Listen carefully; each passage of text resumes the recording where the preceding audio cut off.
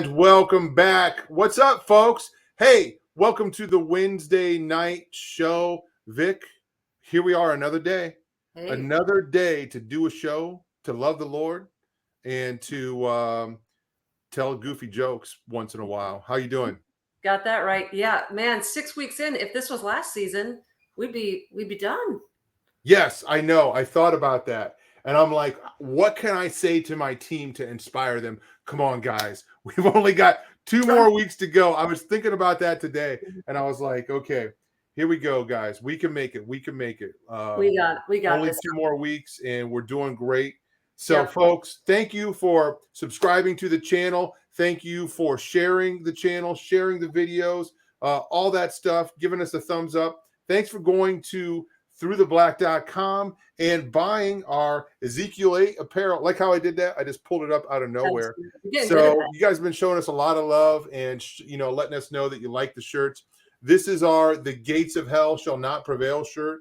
And we got some other ones on there too, like the I Will Fight for You. And hey, I forgot I'm wearing this one. It is Well With My Soul. But don't forget, there's movies, there's books, there's all kinds of stuff like that. So, and also coming up March 31st, April 1st, there's going to be a little conference called Out of the Darkness. And guys, you've heard us talk about this. It's going to be Greg Reed, Mike Spalding. Yes. It's going to be Coach Dave Daubenmire, Vicky Joy, Colleen James, Pastor Sean Carter. Hey, I heard Kenny C is going to be there. It's going to be a great time. The cool thing is about conferences is we get to hang out, and it just means a lot to meet people in person and to hang out with like-minded people. So we hope if you're in the area, if you're in Indiana, Kentucky, Ohio, even Illinois, Michigan, it's a central location. One of these cities like Columbus or Indianapolis, Cincinnati, it's not far to go. You can come up from Tennessee. We got people coming from Oklahoma. We got people coming from California. So, come check it out. It's going to be a great time of fellowship, of teaching, preaching, and equipping, and all that stuff. So, throughtheblack.com. You can go on there and click on there. You can find out the hotel information, all that stuff. But, Vic, hey, I am welcoming back a old friend. For me, a new friend for you. Do you know Mr. Chris Taylor? I don't think we've ever met. I'm trying to think if some obscure conference. I don't think so. I think this is the first time. You know what? Speaking of meeting, I came so close to meeting him last year. Really? And I was planning on finally going down to meet him in person, but it was actually the same day as a memorial service for Russ. And it was too far to go, and I was looking forward to seeing so many people down there. He was in Ohio. He made most of the distance, and I wasn't able to make it down to see him. But hey, we have him on the show today. Guys, his show is Don't Let Them Burn. Chris Taylor, come on in. And he's having some difficulties, so he couldn't get his camera to work, but here he is. You're there, right, Chris? Yes, I am. Hey, Chris, meet Vicky Joy, and Vicky Joy, meet Chris. Hey, Vicky, nice to meet you. You too. All right. So, Chris, one of the first things I want to ask you, when you live in Sin City, when you live in Las Vegas, do you stock up jugs of water because you're afraid the water's going to run out there? I mean, what's your advice to people that live here or are thinking about moving there? What would you say when it comes to water? Well, I have a water filter, so that's how I don't buy bottled water that often. Ever since I've landed in Nevada, it's been a sort of a water issue, but I never worried about it. Some people do; they stock up a lot, but once you have a water filter, you're good. Unless the water power goes out, I haven't had any issues. I had a well when I first moved here. Okay. So then I moved after living 2 years in another county. I moved into Vegas, and I'm really not that concerned because I have different resources. Sure. What about, is there any kind of sense, because we've been off and on kind of covering what's going on out there with Lake Mead and and the water coming down the Colorado River. Is there a concern out there among your fellow Vegasites, or is this they got it under control? Well, the people that I'm around, they're very, very, very alert to everything going on in my church and everything. And those are the people I usually hang around with, and no one's talking about it. Hmm. Well, that's good news. Interesting. Yeah, I mean, hopefully, yeah, they don't run out. I do know that it goes up and it goes down. It went up, but now it's going back down. Yeah. But maybe I shouldn't have said anything because you guys are not talking about it. Under control. Well, we've always siphoned off water to California and other places, Yeah, but for some reason it just really dipped. I don't know if that's geoengineering or whatever. I don't know. Can't put my finger on it. right, right. Well, and it seems like it's a combination of things. Like the number of people living in Las Vegas now compared to 100 years ago is a lot more. So Oh you yeah. guys are using a lot more water for Oh one. yes. Yes. It's a So lot of Californians moving here. yeah, yeah. It's So Chris, man, we've had some epic shows in the past.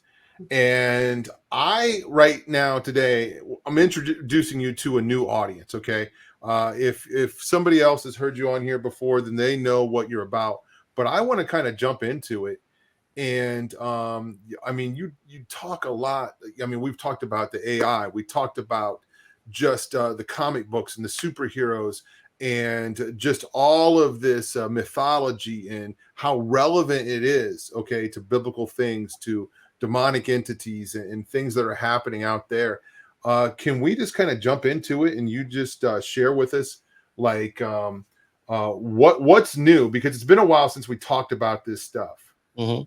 Yeah, but first let me let the audience understand that I'm not, this guy that's gonna just jump on and, hammer the comic book industry and the movies you watch and be all legalistic. Don't watch this, don't watch that. I'm just giving you some of the ingredients that you probably don't know about. And I came up in the 70s and 80s reading comic books. I didn't think anything was evil about it. There was a time in the 80s I went to my junior high teacher, had some Marvel book or whatever, and it had this spread of a big demon sitting in a chair. At that time, I didn't know what all this stuff was, so I asked him, and he said, "You shouldn't read that. It's totally satanic." And I took that advice and I put it down. And I couldn't even tell you which comic book it was, honestly. But from there, I guess my senses were alert to it because I was being churched and everything, but I didn't really know that much about salvation through Jesus and all this stuff. So I was just a regular heathen, you know. But after around the year 2000, I started seeing all these comic book movies starting to become a little popular. But at the same time, I'm learning about the New Age. I'm learning about the Kabbalah stuff and other. I'm like, oh, wait a minute, Aleister Crowley and all these people. Oh, what's all this crazy stuff? And then you go back to the 70s, and it's all kind of coming to a crescendo here in the since 2015 and up. And one time I said to one of my family members, I said, I think this superhero stuff is a part of this whole great awakening in the sense of the new age. It's a part of the new age. And then I read about Aleister Crowley in a book called Our Gods Wear Spandex. And the person that wrote that book, as far as I know, is not a Christian. I don't know. But they wrote about how Crowley died right before the age of the superhero really took hold, before the golden age. And he was looking for this rise of the Superman or the Ubermensch based on his visitation by a spirit that called itself Horus, and another one called Iwas. So from there, I started to see things, and I was studying also aspects about Hinduism, Buddhism, the martial arts, and all this stuff, and how it all connects. And then I started. It started to really become real that a lot of it is just deception. But one thing I like to say also is we're born in a pagan world. There's no doubt about that. And God through Jesus Christ pulls us out of this pagan world. So I don't, when we mention some of this stuff, don't be shocked that it's there.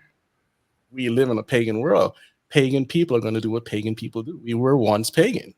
Chris, I'm so glad you started right there, because this was one of my thoughts of what I wanted to ask you is, how did you get into all this stuff? So you just mentioned, okay, when you were a teenager, you had a teacher explain to you, hey, this is demonic. So how many years before then, and then, what you're doing now, like as far as you really start the deep research and you make these connections, okay? You know a lot about comic books, and that's a great tool to be able to help you just kind of lay it all out and expose all this stuff. Right. So like I said, I was born in 72. Okay. So when I came to Jamaica I was born in Jamaica. I came to America in around 76 or something around there. Right. And the first thing I saw was the Hindenburg disaster, which kind of terrified me. And then they sat me in front of TV watching Star Trek and Shana Na and all these big programs at the time, right? And Doctor Who's creeped me out with the tunnel in the start of the show. I'm like, what is this? Right? Yes. I'm a kid. I don't know what. No one's explaining anything to me either. So from there, I was always kind of hooked to sci-fi themes. Godzilla, Star Trek, Star Wars, and I didn't get What to watch. about the $6 Million Man? Did you watch that show? Oh yeah, $6 Million Man, Automan. Remember that? Yeah, I remember Yes. that. Yeah, Yep. all these shows that 80s was the greatest. Then by the time I got into a little bit before high school, Transformers, G.I. Joe, all these great programs, He-Man, which is also based in the occult, but whatever. So it really took my brothers, when they came from Jamaica in the late 80s. They are the ones that actually gave me the gospel. At that time, Wow. we were into trying to I kind of read some of the book of Revelation, and then we were also kind of teetering on Nostradamus, but my brothers were like, no, Jesus is the only way, da da da da da. And then from there I accepted Christ. So, Chris, let me take just a slight rabbit trail real quick. Being from Jamaica, was there any influence or any family members that were involved in Rastafarianism? Not offhand, but it was in the culture. So they would listen to the reggae music, and that was totally Rastafarian. Right. Okay. And so, Okay. but you would also hear about some of the occult stuff, like the Obia, which in other places it's called Santeria or whatever, right? Same voodoo stuff. You hear about that, and then you hear about the Duppy, which is in our term we would say ghost, but it would be like a ghost that if you don't treat the body and right before they enter a certain place, they would start wandering. The spirit would start wandering. That's a Duppy. And then you'd also hear about something called a rolling calf. Supposedly, there's some spiritual bull that rides through the countryside, and sometimes it has chains on it, and it would sometimes you hear it on the rooftop or whatever. It's just demonic activity, but that's the legend. Wow, that's crazy. Have you ever heard of ghost mice? No, I haven't heard of that one. I don't know what's going on. Sorry. And my co-host is like, this is just making me think of this, because I've set some mouse traps up here in my house, and I don't know how they're doing it, Chris, but they are taking all of the peanut butter off of that hair trigger switch and not setting off the trap. I can barely set the trap and set it down without getting snapped. And I don't know how they're doing this. And I'm like, something supernatural is happening here. But anyway, sorry, a lot of rabbit trails today. I want to hear just how you got into this in your story. But yeah, so okay, so that was high schoolish. Okay, so in between junior high, actually in between elementary and high school, my mother would work all the time as a live-in nurse, and I would see her, but not as often as I should. and there would be these gaps in times. And I also became a diabetic, so I had to start taking care of myself and all this stuff. So I'd hang out with friends, but not much. And I was able to watch a lot of stuff on cable TV that I shouldn't have. Like, what's that show called? Excalibur. You ever seen the movie Excalibur from the 80s? It was very adult. Okay. I would watch that show over and over and over again. There was one with the kid that met the dragon. You know what I'm talking about. There's a white dragon. It looks like a dog. Oh, you're talking about the Never-Ending Story. Never-Ending Story. I was watching that over. I didn't know. I even had an inclination that I don't know how I knew it was New Age, but I knew it was New Age. And I was a kid. But you see all these commercials on TV about Dianetics, L. Ron Hubbard, and all these weird things. That was what was exploding in the 80s. Because from the 60s and 70s, we got the yoga, the Hinduism, but it didn't really explode until like around the 90s, coming up to the 2000s. But back in the 80s, there was it was going on with Merv Griffin and some of these talk show hosts at the time. So I had all of these multiple things coming into my life through entertainment, and that's why I focused so hard on entertainment, because I lived it, right? And so by the 80s now, I'm in high school and watching all sorts of stuff from Freddy, Jason, and all that stuff, Terminator, blah blah blah. And I got into the X-Men comics. I already knew about Captain America and all that stuff. I would see stuff. They even had a live action DC universe at the time, and it was short lived. I remember watching Aquaman. Well, they didn't call him Aquaman; it was something else they called him. The guy from Dallas. I can't remember the actor's name. He was playing this guy that was just like Aquaman. So that stuff started coming into my hemisphere, but the X-Men comics was it for me. I didn't buy Superman comics, none of that stuff. It was always X-Men, and so that. At that time, this was late 80s, early 90s. Jim Lee was my favorite artist.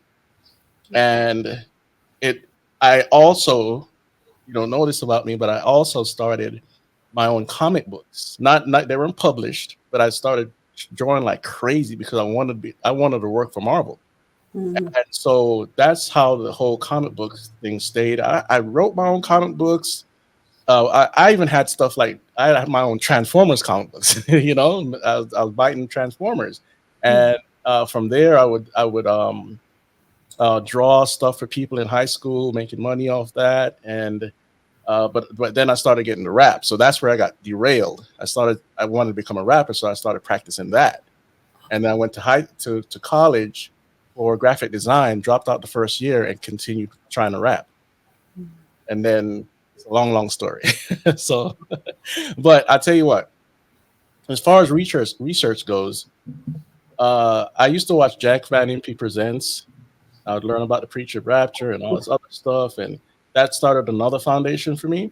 So by the time I had a child, 1999, I built up some research. I already knew about the New World Order from 1994 because there was a book that came out at the time called The New World Order, and some of the rappers were rapping about it. And so by the year 2000 now, I'm on Alex Jones stuff. I'm like, oh my goodness, all this stuff. Wow, this is going on. Oh, Bush, gay. Oh my gosh. And so at that time, I started getting into bootlegging. So I used to do my thing in the streets. I'm still rapping. I'm starting a magazine company.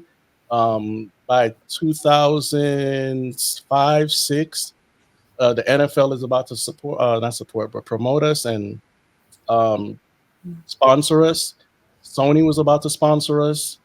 I had a huge mixtape following in Florida, but 2004, God had called me back, and let's just say I could have done away with some people in the worst way. I could have been in jail, prison, and he called me back. I didn't do what I was gonna do. And so I didn't get out of the whole entertainment thing until about 2006, right when everything was about to take off. There was some company was about to fly us out to California, all expenses paid. we had no demo. No demo. They were about to fly us out, do all these shows, and probably even sign us. I can't even remember the name of the company. So anyway, I dropped it all, every single part of it. And from there, I moved back in with my mother and started researching the Bible, where did it come from, and all this stuff. That's where the real journey began. And so now we're here where we are. Wow. I think there's going to be so many people listening that can identify with certain things, that you're mentioning, and that, interest that you had. Definitely the 80s were such an iconic, and all three of us, that was the time that we grew up, and probably that we were most influenced by the TV shows, by the pop, the culture. We were just talking about just on another show, just some of the things that were just like normal to us. And I don't know what you saw or whatever, but we were talking about shows like All in the Family and Jeffersons, which would not be allowed today. Or, I loved Sanford and Son. These were the shows that we watched. The Dukes of Hazzard, right? The Incredible Hulk. So it was such a great time for entertainment in a way. Now, when I grew up watching that, my grandparents, who were conservative Christians, they were like, "Ah, man, this is not good for you," right? Yeah. But that compared to what's going on today is a totally different world, right? We look at that kind of, we look back and say, wow, that was not that bad at all. That was back when TV was decent and innocent, right? Mild. Yeah. The funny thing about Hollywood is that from its inception, it had spiritism in it. Again, we live in a pagan world. Shouldn't be surprised at that. Right. But it's so masked that we are surprised. You don't realize how much of the occult was there in movies like Metropolis. It was about artificial intelligence that was brought to life through witchcraft. Some of the stars, they practiced this stuff, that back then in the 20s and whatnot. And so it led on through now. But I think right now, I don't want to get a sidetrack to the political, but what's happening right now, I'll just say this. This is very important for me to say. What's happening right now is not a communist invasion. It's not a Marxist invasion. It's not what anyone really thinks, because they're not defining it right. It's a satanic Luciferian invasion. Karl Marx did not make up communism. It started with Plato, and it bounced around to other leaders as history went on. Then he got a hold of it. And then from there, we lost millions and millions of people. So what's happening right now is a total Marxist invasion in our whole entertainment system, which is leading to what's called technocracy. That's the real culprit right there, outside of the term Satanism, right? Because as you could see through all of this stuff that we're dealing with, without mentioning it, you know what I'm talking about, it's a technocratic takeover through a Nazi regime called the WEF. You know what I'm saying? Yeah. Chris, it's amazing. I want to mention a couple things here real quick. I was earlier today, I was scrolling through social media, and I'm a part of this local page. I live in Mansfield, Ohio. And they had a thing where it was all this black and white, really scratchy looking footage where they had these celebrities come to my town. And it was back in the 40s, I think. And I think it was Clark Gable was one of the celebrities. And I was like, well, what's going on? They were up there asking the people to buy war bonds. Okay. Yeah. So they were shilling for the government, to pay for their war, right? And it was crazy. I'm like, wow, the government always did this manipulation type of thing. Absolutely. And what do you see now? What's the shill now? Yeah. The yellow and blue flag. You know what I'm saying? That yellow and blue flag everywhere. And people are donating millions of dollars to this thing. I'm like, you're just giving to the doggone people that are trafficking. Yes. Laundering money. Like, how can you be so gullible? But anyway. Yeah. Yeah, absolutely. You know, Chris, I think it's interesting, fascinating, actually, when you look at the comic book and the gaming industry in particular. And I've heard that the video game industry has surpassed Hollywood by way of, you know, Oh, money yes. in the Yes. billions. And I mean, we know all sorts of new age, new world order stuff going through the storylines of those video games, Assassin's Creed, it's all Mm. this kind of stuff. But what's interesting to me is with video games and comic books in particular, this is not just people are fans, that people are reaching fanaticism levels to the point where they're losing jobs, they're losing their families. I remember a few years ago, the number one cause of divorce in the UK was Minecraft, Wow. because these guys were playing so much. And uh, there's got to be some sort of a spiritual element to this where people are literally letting their entire lives slip through their fingers because they've got to stay home and play these games or collect these comic books. Or what is going on with this worship almost that's taking place with comic books and video games in particular? Okay, so before I answer the question directly, let's backtrack a little bit. Okay. You know how you see certain movies today or whatever you're reading, and you're like, how do they know that? How do they know that we would become like this or that, or we'd have these phones or these video cameras and then no. Okay, go back and look at H.G. Wells' stuff. He had a book called The New World Order. Okay. Hmm. And he was a hardened communist. I'm pausing so it could take effect. He was a hardened communist, Hmm. and the communists didn't make up technocracy. That started in the 20s and 30s as well. But what you'll see is a lot of these ideas came out of think tanks, and they put these things into the population to lead us. But who's leading them? Hmm. More than likely demons, right? Hmm. Whether Hmm. or not. And so as we move forward in our generation now, we would have seen stuff like Sylvester Stallone movies like Running Man and all these movies that came out in the 80s. And by the time we hit like around late 90s, early 2000s, we're like, whoa, this was in that movie. Well, that stuff was also in the sci-fi books back in the 20s and 30s. And now it just came full circle in a sense because the population accepted it. And then what we did in our imaginations was duplicated, because we are duplicators. It's like when a child sees the mother and the father, they're emulating them, right? Yeah. And so we emulate others too, even in our entertainment. Like I said before, I was reading X-Men comic. I wanted to become a Marvel writer, or illustrator. And so what these people are doing, because they don't know better, I'll start off with comic books.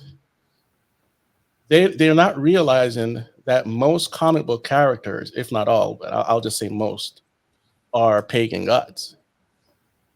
And if you go back and look at, I believe it's Greece, they also dressed up as their gods. And so Mm. cosplayers, they're doing the exact same thing. They might Oh. not think they're worshiping, but they are. All you have to do is look up a cursory look at the definition of worship, and you'll see what I'm saying. Mm. It's not always just praying 5 times a day. You're emulating those gods. You're giving your all, your money, your affection to this thing. You are worshiping it. You Mhm. know. Yep. And I fell into this thing. I'll tell you something I don't say often on my show. In fact, I'm writing a book right now, and I mentioned this in there. So when Man of Steel came out, I think it was 2013. I was like, wow, I love Zack Snyder's visual effects. I'm not too keen on the storytelling, but I love the visual effects, and the trailers for Man of Steel was awesome. And for those that don't know, that's another version of Superman. And I went to see the movie in an IMAX theater. And in Florida, we have some massive IMAX theaters. Okay, I mean, like you have to, if you're sitting in the wrong seat, you're going to be looking left and right like crazy because it's so big. right? And so I went to see the movie, liked it. The audience, I could tell they were split, but I didn't care. I liked the movie. And I went to see it 3 or 4 times in an IMAX theater, Mm. right? So you could say I spent at that time maybe about $70, right? And so I got all excited about this thing. And I said, I picked out my iPhone and I said, I'm going to put on Facebook, Man of Steel was so awesome. You know what happened? And I'm not making this up. It's like God just punched me in the spirit and said, Are you telling them about me? Oh. And I'm like, okay, and I never posted it, So basically, my affection, my worship was given to this movie, Mm. Mm. and all that money on something that means nothing, really, So fanaticism, it's becoming commonplace because of the nature of our culture, the nature of our cult. We worship the stars. We worship the characters. We get all entangled in these video games. I used to be so heavy into Call of Duty. All right. Mm-hmm. And I'm not saying I don't play anymore or anything like that. I'm just not addicted. Okay. So I was on PlayStation. We had millions of people on there playing Call of Duty. The one I was most addicted to was World at War and Modern Warfare 2. And I was number 500 out of millions of people. Wow. I was playing this thing day and night. Oof. And if my friends were sleeping, I was playing, And I would get a couple of hours of sleep, get back up, pick up a bagel, get right back to it, Mm. And so I understand people are being deceived. They're burning their time. They're breaking up relationships. They're spending their money that could be going towards their savings. They're putting it. I mean, you have streamers out there right now that are making millions of dollars just sitting in front of the computer playing a game. And when I first saw it, I was like, man, this is ridiculous. And then when I'm researching the new games, I'll sit there and watch them play. It's not as ridiculous as it seems, right? Because everyone wants to. We're all searching for information. And even now, like talk radio, talk YouTube, whatever you want to call it, it's popular because people are searching for information. Mm-hmm. Not everybody wants to sit and watch maybe an hour, 2 hour, 3 hour video, but if the information, if the content is good, we'll watch it. Yeah. Right. So you have people that were playing Pokemon Go when it first came out. Yeah. And many of them were dying because they were looking for these Pokemon, these demons, in all sorts of places, and they would fall off a cliff or get hit by a car. I remember that, yeah. Somebody them, whatever it is, So I think we're just in a place where we're not as smart as we think we are. Mm. Yeah. Our schools have been dumbed down. Our families have been dumbed down and broken up. Yeah.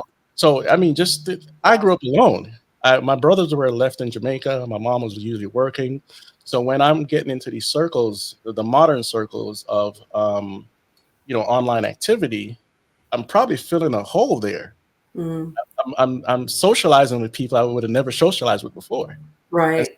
We keep going back and going back and going back, especially with since we can talk online with people now. When I first started playing video games many years ago, but the first time I had a group setting was when I had the Nintendo 64 and GoldenEye 007 came out at the time, and it would be only 4 players on a TV, right? And we would play from let's just say 8 o'clock all the way to 5 in the morning. Mm. So that's localized. So imagine you're online with thousands of players. Yeah. Some people don't even take showers. There are people dying at their desks in certain countries. They have these video game parlors, and they're dying in there because they're getting blood clots, or they're not eating. There's all sorts of stuff going on with video games. But you're right. the video game market, it eclipses Hollywood and the music industry combined. Is that gaming industry is what it is. You know So the one thing that saved me from being addicted to video games is I was never any good at them. So I tried, and then I would get frustrated that I couldn't beat it, and I was like, yeah, okay, I'm done. I give up. You need like 13 fingers to like. I remember like in television days where you like push a button and you were good, you know. Yeah, I had a neighbor that had ColecoVision. I think it was what it was called. You must have been rich. Yeah, we love that, but yeah, yeah, go ahead. I was gonna say, this is what I think is fascinating, and everyone gets all nervous when Tom and I start bringing up the patriarchy. But you know, we have really suppressed men's ability to be men, because then there's all these names that you give men if they're acting like a guy, and so I feel like a lot of these guys, there's a correlation between this draw towards these superhero movies. The demand, I think, is there because now you've got these men who are the epitome of strength and testosterone, and they're out there and they're saving the world and they're fighting for the people that are weak. And there's a craving for that because men aren't really allowed to be that in real life anymore. And so they're vicariously fulfilling that desire by playing it through a video game. And meanwhile, we're giving courage awards and we're calling people heroes that have done nothing heroic, because if you actually really were a hero, you would be ripped to shreds for being, a macho man. And I really think that I wonder if the demand for these movies and video games would go down if we just kind of let men live out the desire to be strong and chivalrous. Absolutely. I mean, going back to the family again, the foundations, right? Mm-hmm. And you go back to Genesis, God made that man to do work and be responsible, and he dropped the ball. Then we had the fall, right? Yep. And from there, we have great examples of godly men and all this other stuff. But with all these broken families, most of the men are not in the family. The plague in America is fatherlessness. And since I didn't have a foundation, but I had enough, since it was the 80s, we had enough father figures and good examples on TV that kind of, helped to educate me on how to be a man and whatnot, so I didn't fall into the category of the deadbeat dad and all this other stuff, right? But today's society, I believe, starting with the late 80s newborns, let's put it that way. What do they call millennials or something? You know what? All I know is the baby boomers. That's the only one I can get right because that's my dad's generation. We're all Gen X. So. Yeah. Okay. So all right. So right after that, millennials. I guess is the ones after us. Yeah. The cycle got worse. We have. I don't like to kind of separate things to black and white because we're all just brown, different shades of brown. But let's just use the term for now. In the black community, we murder each other constantly and we promote it. But the media uses the false narratives out there, whether it's Ferguson or something else, to get the black community angry at something. They're missing what they should be angry at. They should be angry at abortion. They should be angry that we're killing each other. They should be angry that we're a lot of us are not educated right. I didn't go to a school that was giving out A's and B's. It was like a C type of school. So they didn't educate us good. I had to educate myself after high school. So these things combined, and then the fatherlessness, the promotion of immorality everywhere now. I'm talking about everyone now. Everyone. It's gotten to epidemic proportions. And so with that, you go back to the male role, right? Okay, as far as the superheroes go, they have some good stuff in there, whatever. But there are people today writing more satanic storylines. Yeah. But all of these heroes are a replacement for Jesus Christ. Yeah. Because he's the savior. He's the only one that could take us out of this godforsaken world, just, lack of a better term. You know what I mean? Mm-hmm. Because people don't understand the fallen nature. What the secularists, they call it the human condition. And so here comes Superman, here comes the Hulk, and all these characters to look up to. They even neutered Captain America, who is supposed to be the more Christian type, wholesome character. They make fun of him. He's a virgin. Oh, ha, ha, ha, ha, ha. Did he sleep with this person? Blah blah blah. And then right now they're using the feminist agenda, which goes back to Marxism anyway, and communism, to neuter all of the strong villains and heroes. Mm-hmm. And what they call it, the MCU, they Mm-hmm. are replacing all the male characters with females. And they could beat up anybody. They don't have to work for their power. They don't go on the hero's journey. Mm-hmm. They're just good. And one thing I like to point out, as far as these heroes and how they get their abilities, I've watched enough shows now to kind of see the pattern where it's, how in satanic ritual abuse, they'll abuse a person and to bring up a spirit or whatnot. Mm-hmm. And it's the same issue here. They're going through they have to be stressed out to gain this power, this occult power. Either they're getting bullied, or they have an accident, or a family member dies. It has to be a stressful occasion. And I said, this sounds just like what Tom and them talk about. It's like the MK Ultra type satanic ritual abuse, but put in a comic book form. Yeah. And the reason I can even say it confidently is because I know that these writers have to know something about the occult. They're too accurate with it. Way too accurate with it. And Chris, so also all of the super soldier stuff. Yes. I mean, that goes way back to Captain America was the original super soldier. Yes. And this is something that's just kind of coming in to the view of regular Americans, recently. But the comic books have been talking about this for a long time. Oh yeah. I mean, oh man, this is just like a primer here, because the stuff I can go into some other deep stuff, but I'll refrain for now.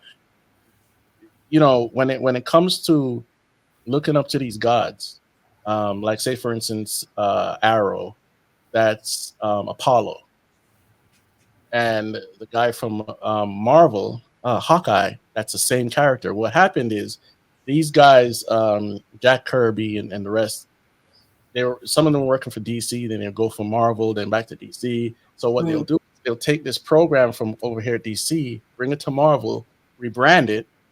But it's just the same thing. It's like, okay, you have Shazam, who his original name is Captain Marvel, man, right? And so Captain Marvel it was a man in Marvel universe. Then they rebranded it and made it, I believe it was a black woman, and then it became Caucasian, which that's the interpretation now. But what's the real foundation of that?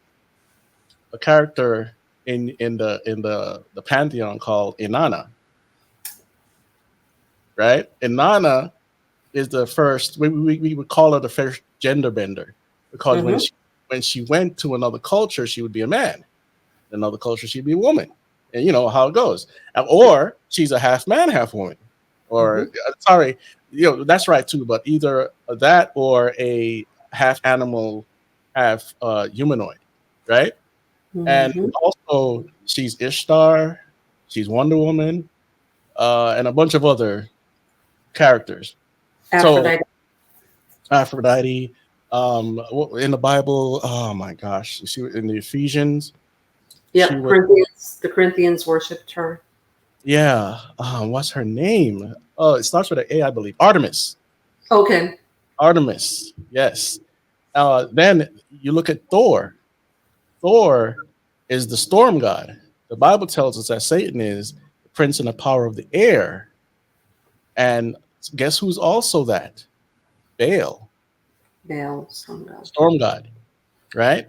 And so Marvel took the legend of Thor and kind of neutered it a little bit, and then put it out. They start bringing these pantheons of gods in all over the place. They're everywhere, right? So some are apparent, some are you have to figure it out. Chris, I grew up with my grandparents, and from a really semi-strict, conservative Christian background. Yeah. And they were less strict on me as a grandchild, and than they were on my mom and my aunt. But I remember I used to watch this show called Voltron. Oh yeah. And on Voltron, there was this witch that made these beasts called Robies. And my grandpa would come and watch it with me after school. And I'm like, he's like mellowed so much, I mean, he's like totally against witches and all this stuff. But he's like, oh man, I want somebody to beat that witch, And like it's just so funny, we see the compromise, because when I was real little, my grandfather when somebody was on TV said a cuss word, they would shut the TV off. They're like, you're not watching that program, Yeah.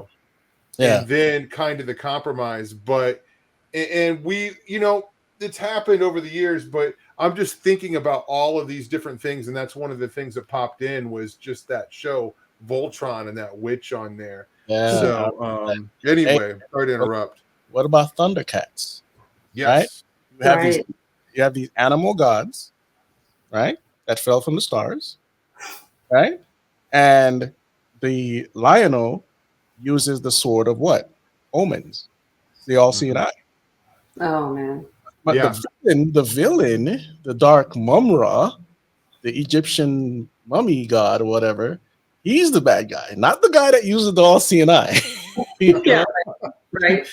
Like two sides of the same coin, right? I used to love watching that show.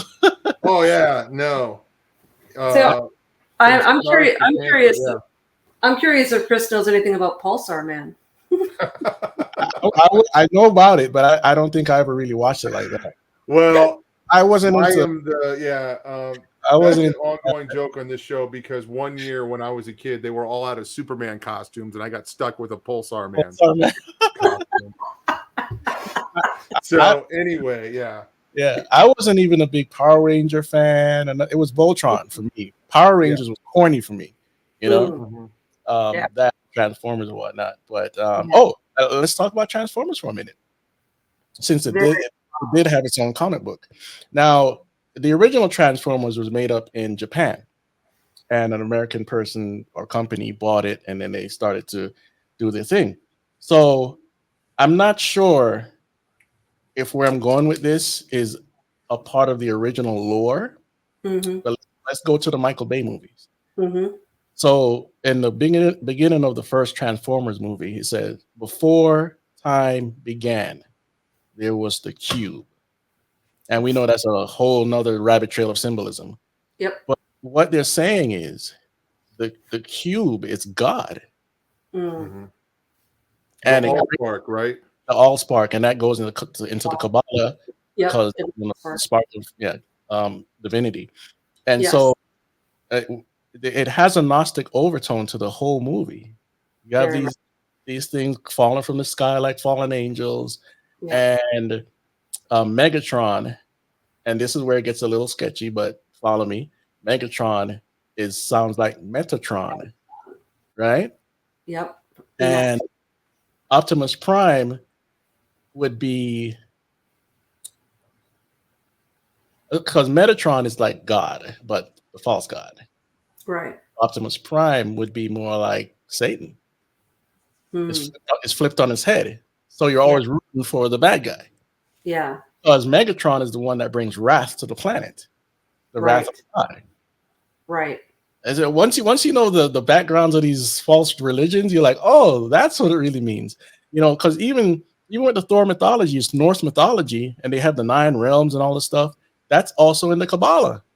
Chris, do you realms.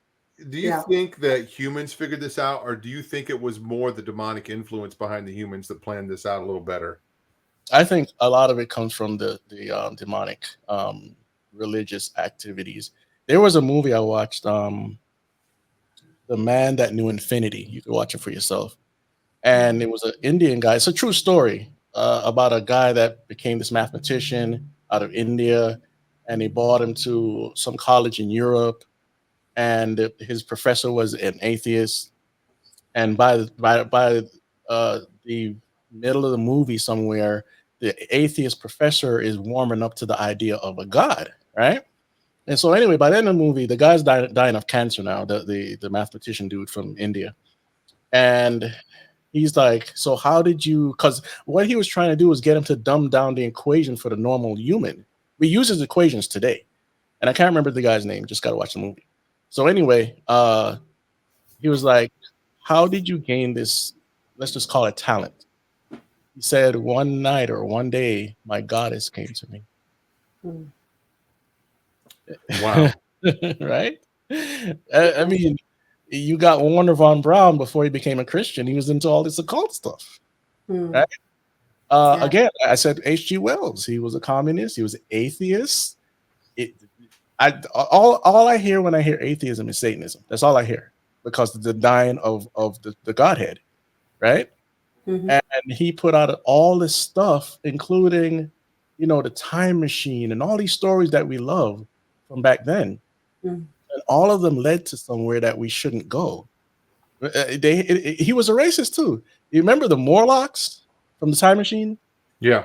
Remember the people that on the ground were all dark skinned, and the people were all white with blonde hair like the Vril. Remember that? Yeah. So a lot of even what's his name? Oh my gosh, it's one of these sci-fi writers. Very popular, man. Oh my gosh. Older or newer? Older. You're not talking about Bradbury? Lovecraft. He was also on that train. He was also a racist, a real racist, not the racist we talk about today. A real racist. And he would put that stuff in his book, but his stuff was horrifying as well. I don't have proof that he was in contact with the spiritual realm, but I would assume it based on the stuff that he wrote, He astral projected. There we go. That's enough right there. So okay, so comic books. The guy Alan Moore, you want to look up some videos with that dude. He admits that writing a spell is literally to spell. Write the story. He wrote The Dark Knight. He wrote V for Vendetta, Watchmen, and a few other. The League of Extraordinary Men. He wrote that, and he puts all of this occult stuff in these books. He even has an alien invasion, which we know what that is, right? That was in Watchmen, a big giant Lovecraftian squid that landed on the planet, right? They changed this for the movie, but So you have him, you have Grant Morrison. Grant Morrison admits that he went out and I can't remember if he smoked hash or peyote or whatever it was, and these beings visited him. And I think what he saw was in his mind, but I'm going to tell you what he said. They took him up and he saw, I think it was Alpha Centauri or Zeta Reticuli. I think Alpha Centauri. Anyway, and basically, they said, what we tell you, you put in the comic books. We're being led by spirits on so many levels. Yeah. And we're also going back to this Tower of Babel mentality, where it's the whole world has the hive mind voice, pretty much. And so all of these genres of entertainment, even though most people don't see it, it's leading us to one place. To worship the Antichrist. When we kind of look at this, going backwards, I think it's a lot easier to see when we get real close to it, or when we're emotionally connected to things. Okay. When I was a kid, my dad took me in 1978 to see the movie Superman, the original Superman. Yeah. And I was like, this is so cool. I want to be Superman, right? I'm 5 years old or whatever. And same thing with all the Star Wars movies and things like this. We even, I mean, there were warnings about these things. There were warnings about TVs, and preachers preached against TV. And, there were shows back in the 60s like Bewitched, which was about a witch, And Vicky Joy and I were talking yesterday. A lot of people don't know that is kind of like a parallel for coming out of the closet. Okay. Yeah. Uh-huh. And there's a lot of double meaning, to that show. So all of our, like our grandparents' warnings about TV and the old time preachers, if you go back 50 years ago and you listen to the preachers, they have this thing called Sermon Archive. You can hear these guys saying, "Get that devil box out of your house." They were right, Yeah. Yeah. I mean, as far as the influence on in general of entertainment, you go back to the 1700s, way before TV. The liberals at that time, they were called the romantics. They were using media to push their propaganda. Mm-hmm. And so did the spiritists, starting in 1800s, somewhere around there. They used media to push it, right?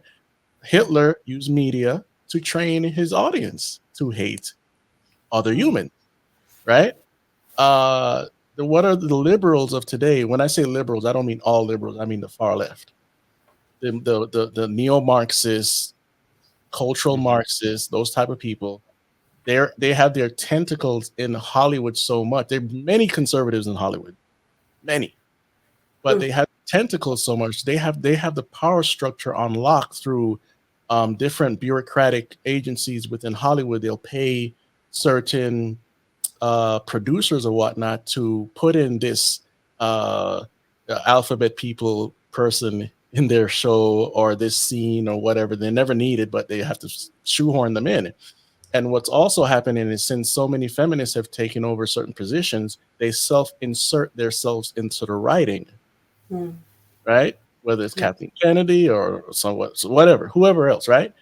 And so they're using the platform to promote their junk. Disney just came out with a movie that was pro alphabet people, and it flopped because most of society doesn't want it.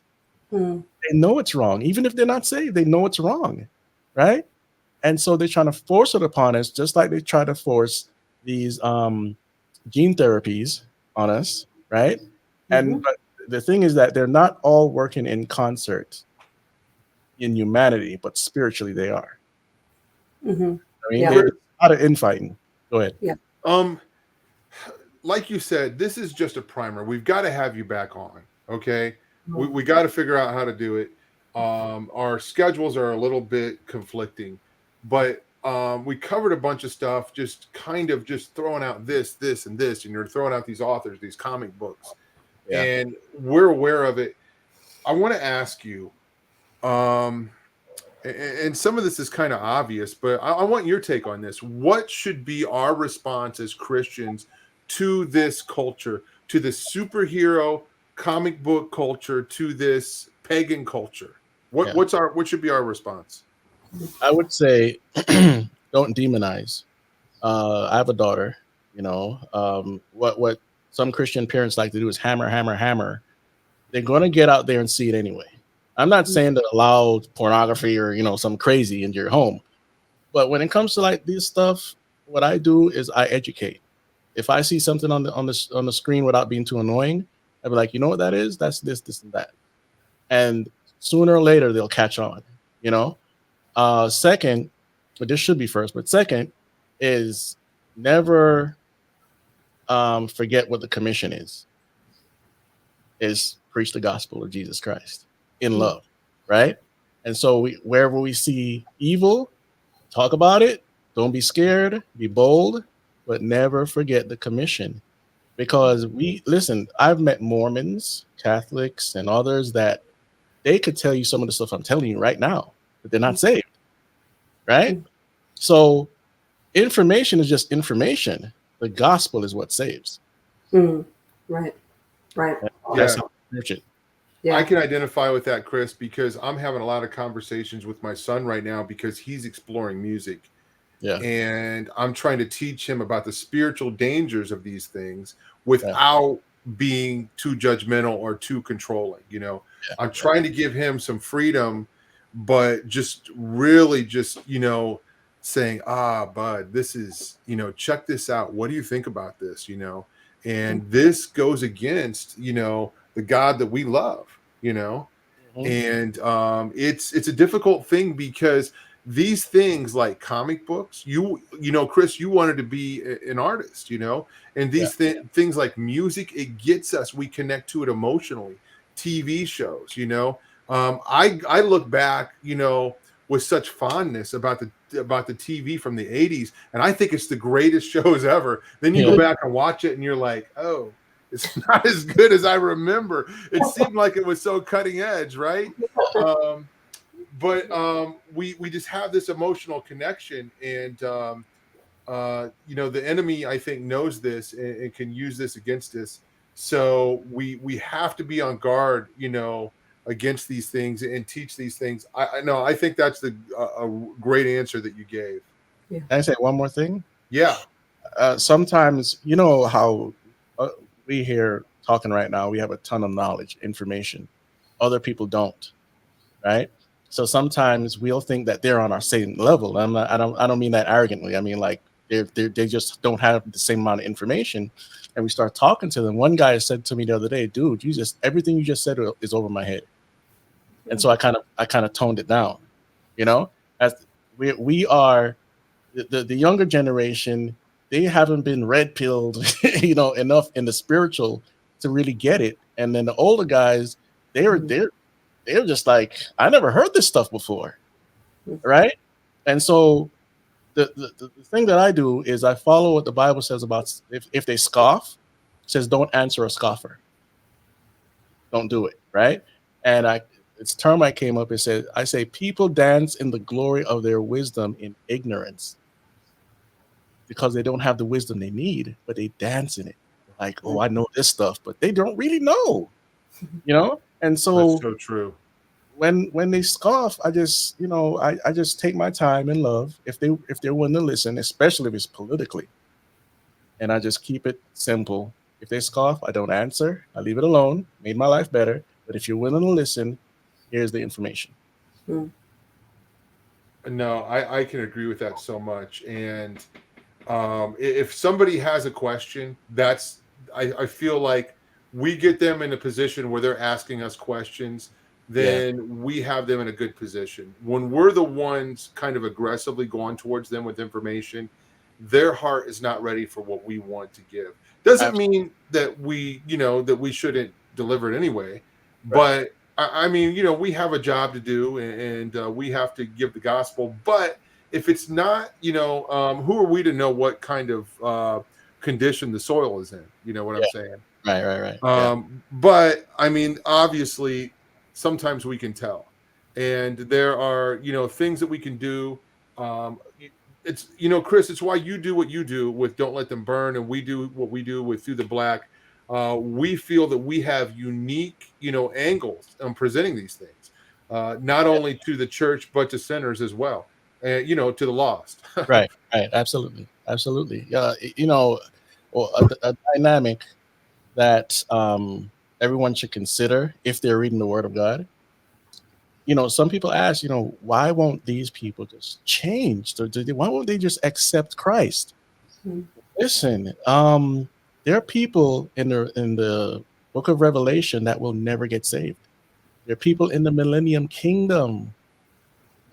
When God's wrath is poured out in the 7-year tribulation, there are people that won't turn from their demon worship, their fornication, their drug abuse, and witchcraft, right?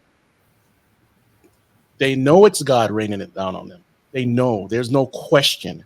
Their heart just won't turn. And so Christ comes back, we come back with him, and there's another the first resurrection is complete with the martyrs of this is in Revelation 20 if you want to fact check me. The martyrs get resurrected. It's in Revelation 20. And so the millennium kingdom gets ushered in, and then Satan is locked up for 1,000 years. The world is kind of regenerated to almost like Garden of Eden condition. We have harmony with animals. People are living long lives now, and Satan is released, and Jesus is literally on earth. You can't mistake what's going on here. There's no more devil. You can't say he did it to you. And millions, I don't know what the number is, but a lot of people turn on Jesus. He's right there. So that shows you how disgusting the sin nature is, how deep it goes. Just like how God's grace is just unlimited, the sin nature has no depth, no depth. And that's something to consider No when we kidding. think about the lost.